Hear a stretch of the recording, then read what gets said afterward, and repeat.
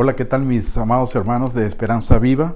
Es un placer saludarles, es un placer estar con ustedes en esta oportunidad y compartir algo de lo que el Señor nos dice en su palabra. Así es que un saludo para ustedes, mis oraciones por ustedes en esta situación que están enfrentando, y sé que el Señor les está bendiciendo en medio de las circunstancias difíciles que están viviendo. De hecho, esta carta que leemos tiene algo que ver con la situación que estamos viviendo en este momento, que ustedes están viviendo. Y pensaba yo, qué interesante sería si recibiéramos una carta de alguien que conoció a Jesucristo de manera personal, alguien que estuvo con el Señor, y que de pronto usted recibiera una carta de esa persona. Bueno, eso es lo que pasó, porque Pedro fue una de las personas que anduvo con el Señor Jesucristo. Ahora le sumo un poco más a esto. ¿Qué tal si esa carta fuera una invitación para algo? Y esta carta precisamente es una invitación para algo. Es una invitación interesante, distinta, inesperada quizás, pero una carta que tiene un propósito específico. Y el propósito de esa carta es invitarnos a padecer tal como Cristo lo hizo. Es una invitación a padecer por causa del Evangelio. Y toda la carta está llena de ejemplos de cómo Jesús sufrió. Jesús sufrió como un cordero, Jesús sufrió el oprobio, Jesús sufrió los insultos.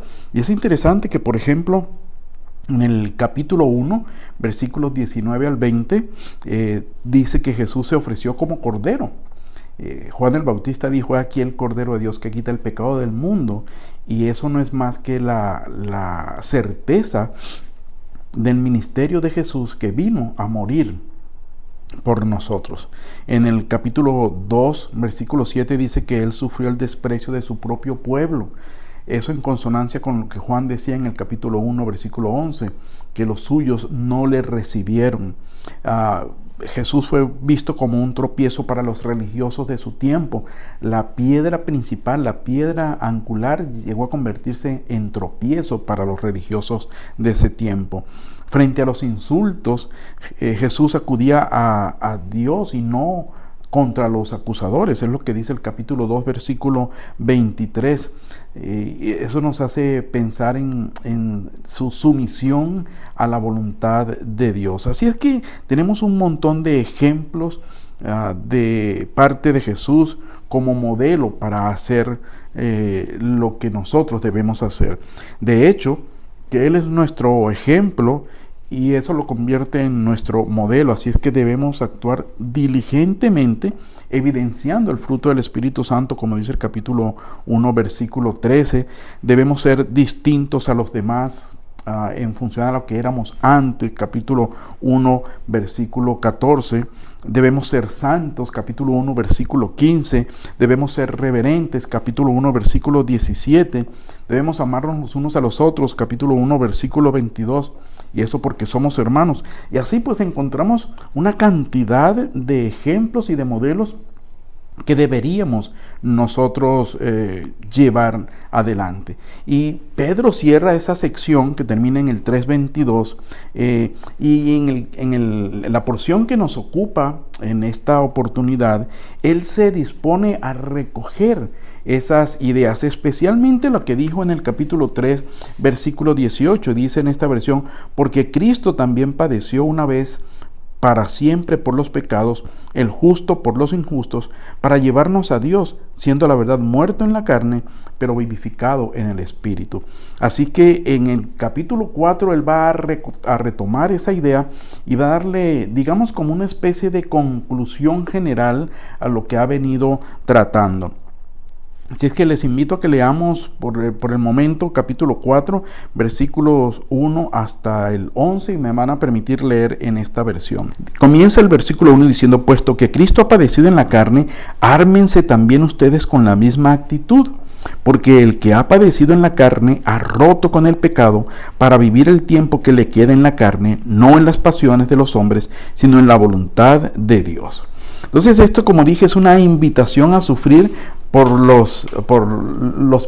sufrir los padecimientos por causa de Jesucristo. Encontramos en este versículo es que, bueno, en función de lo que ya les he dicho, en función de que Cristo ha padecido en su propio cuerpo, entonces ustedes deberían tener la misma actitud. Ese es el modelo que hemos tenido. Es una invitación para agradarle a Dios por el ejemplo de Jesucristo, a pesar de que eso implique un sufrimiento, un padecimiento. Dice, para vivir el tiempo que le queda en la carne, sea poco, sea mucho, la verdad es que nosotros estamos llamados a vivir de una manera distinta según este pasaje. Y dice, no en las pasiones de los hombres, sino en la voluntad de Dios. Porque ya es suficiente el haber hecho en el tiempo pasado los deseos de los gentiles, habiendo andado en sensualidad, en bajas pasiones, en borracheras, en orgías, en banquetes y en abominables idolatrías. Por cierto, esta gente a la que Pedro le escribe son gentiles convertidos. Y lo que él les está diciendo es que lo que hacían antes los gentiles, todas estas cosas, ya ustedes no deben hacerlo. Todas estas cosas, de paso, estaban relacionadas con la idolatría y con la adoración a otros dioses, porque todos esos cultos tenían énfasis en la sensualidad y en el alcohol. Así es que él dice, todas estas cosas son celebraciones idólatras, son celebraciones que tienen que ver con lo que ustedes hacían antes y ya está bien, ya ustedes hicieron esas cosas, así es que déjenlo hasta allí. Dice, a ellos, a la gente con la que ustedes estaban antes, les parecerá cosa extraña que ustedes ya no corran con ellos en el mismo desenfreno de la disolución y por eso los ultrajan. Y yo estoy completamente seguro que cualquiera de nosotros pudiera expresar que en algún momento ha sufrido el desprecio, el ultraje de aquellas personas con las que antes convivíamos por causa del Evangelio. Es decir, lo que aquí se nos dice es, no corran con ellos, no se conformen a la cultura de esa gente, sino que sean distintos, porque nuestro Señor Jesucristo nos dio ejemplo para ser distintos. Así que no continúen con este tipo de cosas que están relacionadas con el culto, con la idolatría y también con aspectos culturales. Y eso me recuerda lo que dice Romanos capítulo 12, versículo 2. No se conformen a este siglo, no se amolden a esta cultura, sino transfórmense por medio de la renovación de su mente, de su entendimiento, para que podamos entender la voluntad de Dios, que es buena, es agradable y es perfecta. Así es que, continuando con este versículo, dice, a ellos les parece cosa extraña que ustedes ya no corran con ellos y por esa razón los ultrajan. Aquí empezamos a ver el padecimiento de los cristianos por causa de Cristo. Y note usted, y como más adelante se dice, que no tiene que ver con un padecimiento por un pecado que hayamos cometido, por cosas que hagamos nosotros en nuestra vida, sino son padecimientos que tienen que ver con nuestra actitud, nuestra moral como cristianos, como seguidores de Jesucristo, siguiendo el ejemplo de Él. Ellos darán cuenta a quien ha de juzgar a los vivos y a los muertos, dice el versículo 5. Lo interesante es que aunque ellos nos ataquen, aunque ellos nos ultrajen, la verdad es que va a haber un momento en el cual vamos a ver el resultado de nuestra vida y el resultado de la vida de ellos, porque en algún momento van a ser juzgados. Porque dice el versículo 6, por esto han sido anunciado el Evangelio aún a los que ya están muertos, para que sean juzgados en la carne como los hombres, pero vivan en el Espíritu según Dios. Y es interesante que el Evangelio ha sido predicado de una u otra manera a todos los seres humanos. Es cierto que uno piensa en algún momento, bueno, y si hay alguna tribu en alguna parte de nuestro continente, por ejemplo, donde no se ha predicado el Evangelio, ¿cómo será con ellos porque no han conocido acerca de Jesucristo? Bueno, Romanos capítulo 1 nos contesta esa pregunta, porque dice que lo que existe revela la existencia de Dios. Salmo 19 dice, los cielos cuentan la gloria de Dios y el firmamento denuncia, anuncia, proclama la obra de sus manos. Y a mí me ha tocado el privilegio de estar en zonas donde hay tribus autóctonas de América Latina, y es interesante cómo ellos, sin que hayan conocido todavía acerca de Dios, saben que hay un ser supremo, levantan los ojos, algunos adoran al sol, al viento, a los fenómenos naturales, pero es porque saben que existe algo más allá de ellos a quien deben darle respuesta. Y el hombre intrínsecamente sabe lo que es bueno y lo que es malo, así es que no hay nadie que escape al hecho de saber que hay un Dios y que en su corazón necesita comunicarse y aprender acerca de ese Dios. Cuando nosotros leemos esto y decimos, bueno, el Evangelio ha sido anunciado aún a los que han muerto, dice, bueno, los creyentes también morimos, no estamos exentos de pasar por la muerte, y a veces esa muerte es causada por nuestros enemigos. Hay una persecución enorme, cada vez más creciente en ciertos países, y uno dice, ¿cómo es posible que pasen estas cosas? Una de mis nietas estaba viendo conmigo historias bíblicas y de pronto apareció la historia de Juan el Bautista.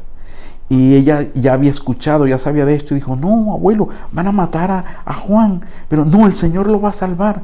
Le dije, no, él va a morir, pero va a morir porque ha sido fiel a Cristo, porque le decía a la gente las cosas que debía decirle.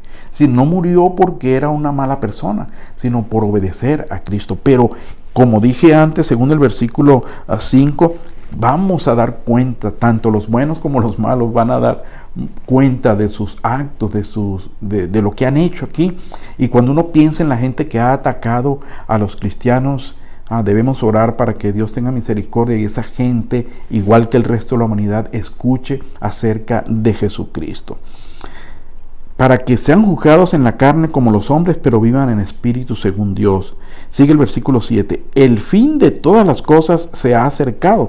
Sean pues prudentes y sobrios en la oración. En esta parte de la escritura pareciera que Pedro tiene la intención de decirnos, bueno, ya estás muy cerca que todo termine, así que necesitamos actuar de cierta manera. Y nos da algunos ejemplos de cómo actuar.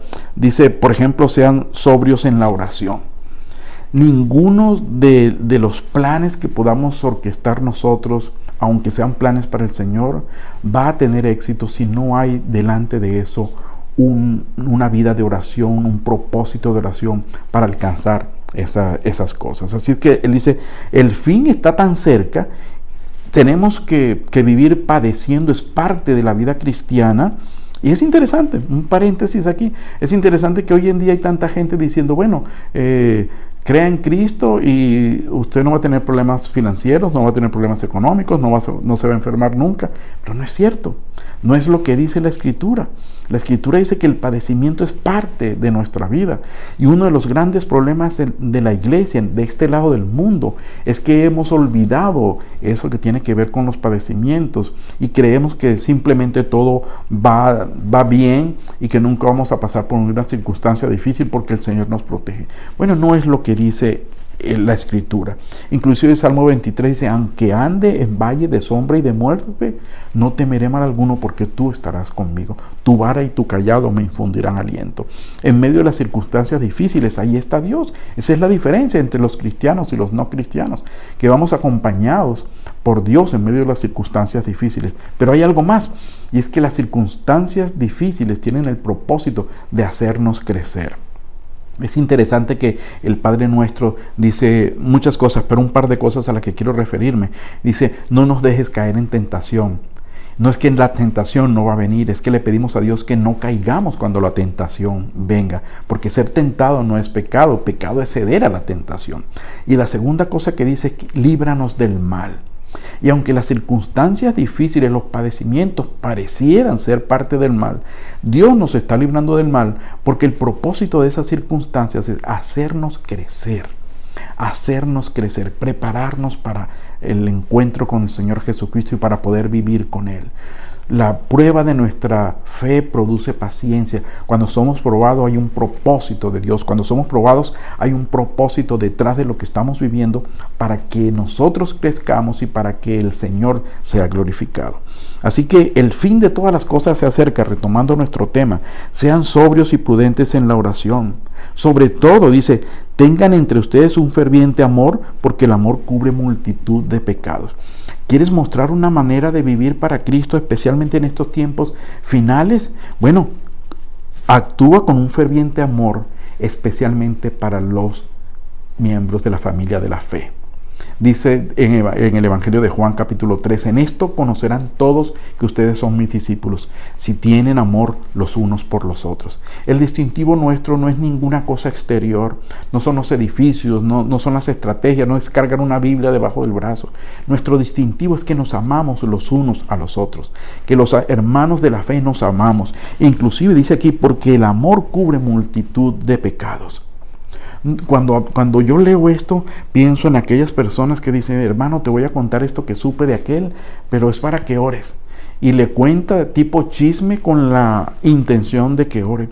Pero la verdad es que aquí dice que en estos tiempos finales, nosotros, además de ser prudentes en oración, debemos tener un ferviente amor que sea capaz de cubrir una multitud de pecados. No se trata de solapar los pecados o de encubrir, no se trata de encubrir, se trata de que cuando hay situaciones, nosotros amamos a los hermanos y procuramos su bienestar, su restauración. De eso habla la Biblia. No se trata de poner la bota en el cuello de la persona que está herido en el campo de batalla espiritual. Se trata de levantarlo y de ayudarlo para que se recupere. Otra manera de amarse, dice aquí, hospédense los unos a los otros sin murmuraciones. Quizás en este tiempo no podemos entender exactamente muy bien esto, pero recordemos que en el tiempo de Pedro había persecución. Justo cuando Pedro escribe esto, Nerón era el emperador de Roma. Ese hombre que a los cristianos los ataba a una madera, a un madero, a un palo, los levantaba y los quemaba para que sirvieran de iluminación en los jardines de su palacio. Ese tipo de personas era Nerón. Así es que los cristianos en muchas ocasiones tuvieron que huir y en sus huidas no tenían dónde quedarse. Así es que se anima a los hermanos a que les den hospedaje, a que les den comida, que los ayuden. Y dice, sin murmuración, se dice, bueno, ¿cuándo se va a ir? Claro, esto entró en un momento cuando la gente empezó a abusar de esta situación. Así es que empezaron a poner regla a los hermanos, nos dice la historia. Y decían, bueno, puedes quedarte hasta 3 días, te doy comida por 3 días. El cuarto día tienes que buscar algo que hacer para ganarte sustento, algún sitio a donde ir, para evitar los excesos en este asunto. Pero el concepto aquí es que seamos benévolos y nos ayudemos los unos a los otros. Cada uno ponga al servicio de los demás el don que ha recibido. De aquí en adelante encontramos el versículo 10 y el versículo 11 hablando precisamente de eso. Los dones espirituales deben ser para edificar a la iglesia. Los dones espirituales ni siquiera son para edificarnos a nosotros mismos, sino que tienen el propósito de edificar a la iglesia, edificar a los demás hermanos. Y esa es una actitud que debemos tener, como dice el versículo 7, en medio de este fin de las cosas que está tan cerca.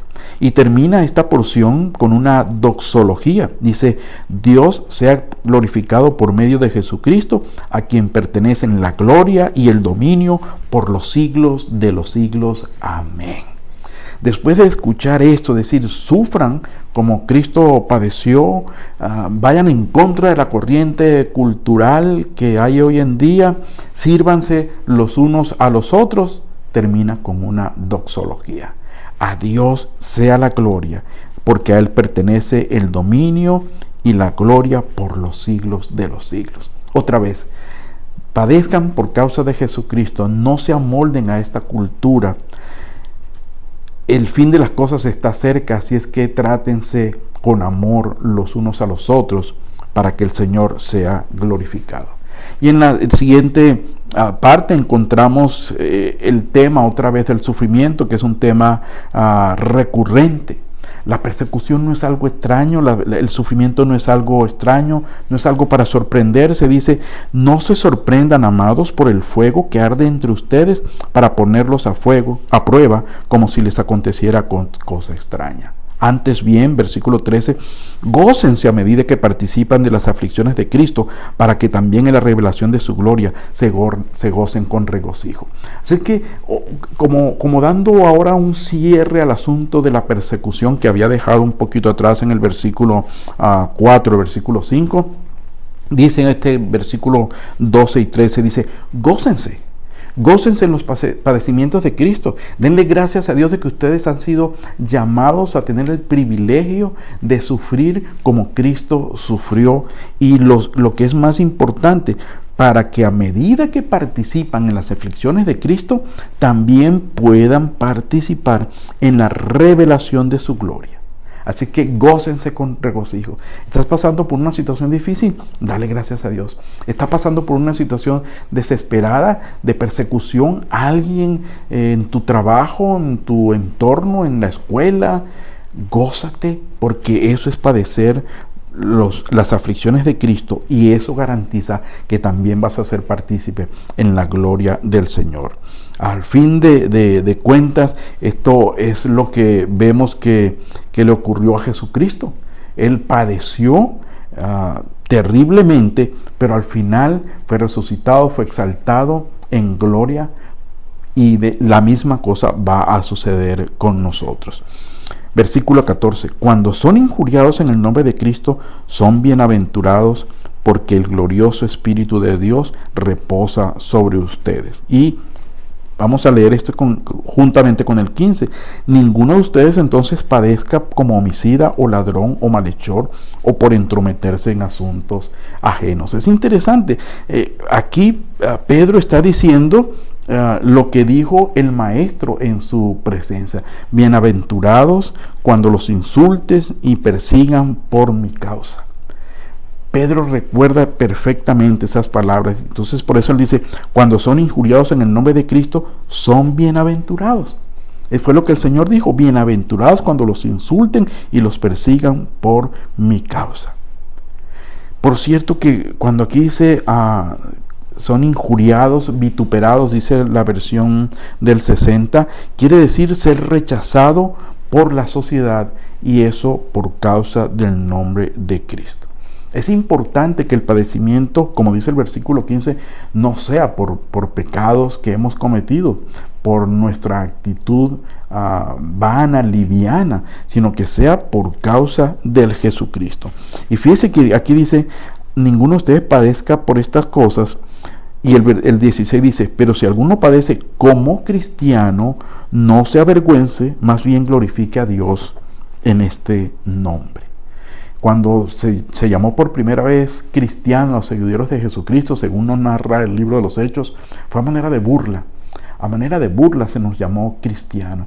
Pero aquí, cuando dice Pedro, si alguno padece como cristiano, está diciendo, bueno, si alguien se burla de ti porque eres seguidor de Cristo, darle gloria al Señor.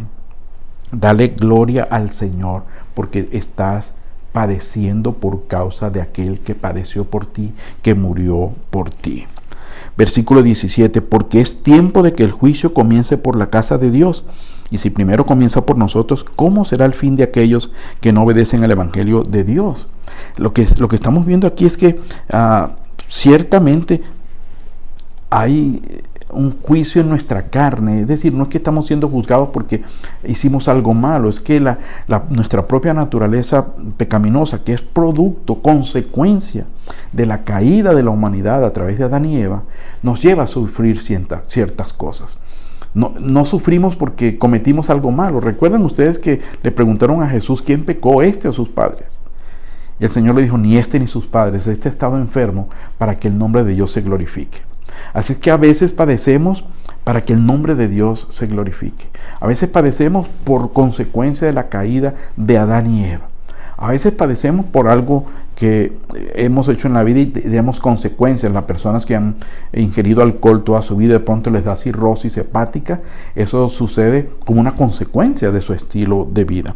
Pero lo interesante es que aquí dice, bueno, Si el juicio comienza por la casa de Dios, si aún los cristianos padecemos, imagínense ustedes cómo será el fin de aquellos que no obedecen el Evangelio de Dios. Algo realmente difícil.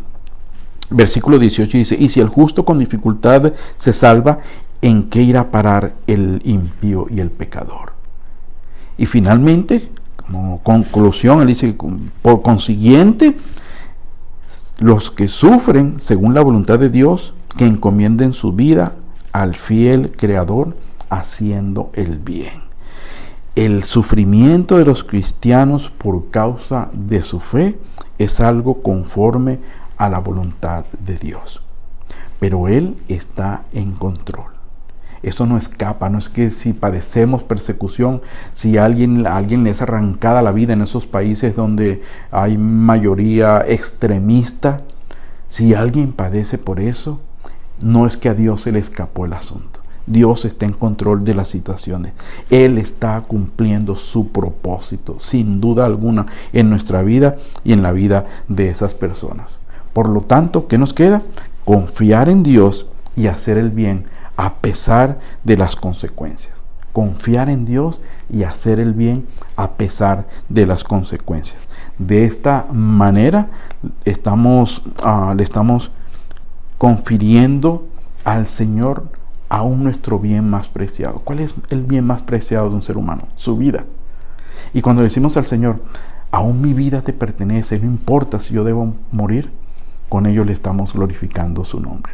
Así es que aquí hay un llamado para nosotros, un llamado a consagrarnos al Señor, un llamado a consagrar nuestra vida, aunque con ello corramos peligro. Saber que los padecimientos de este mundo son nada comparado con la gloria venidera que nos espera.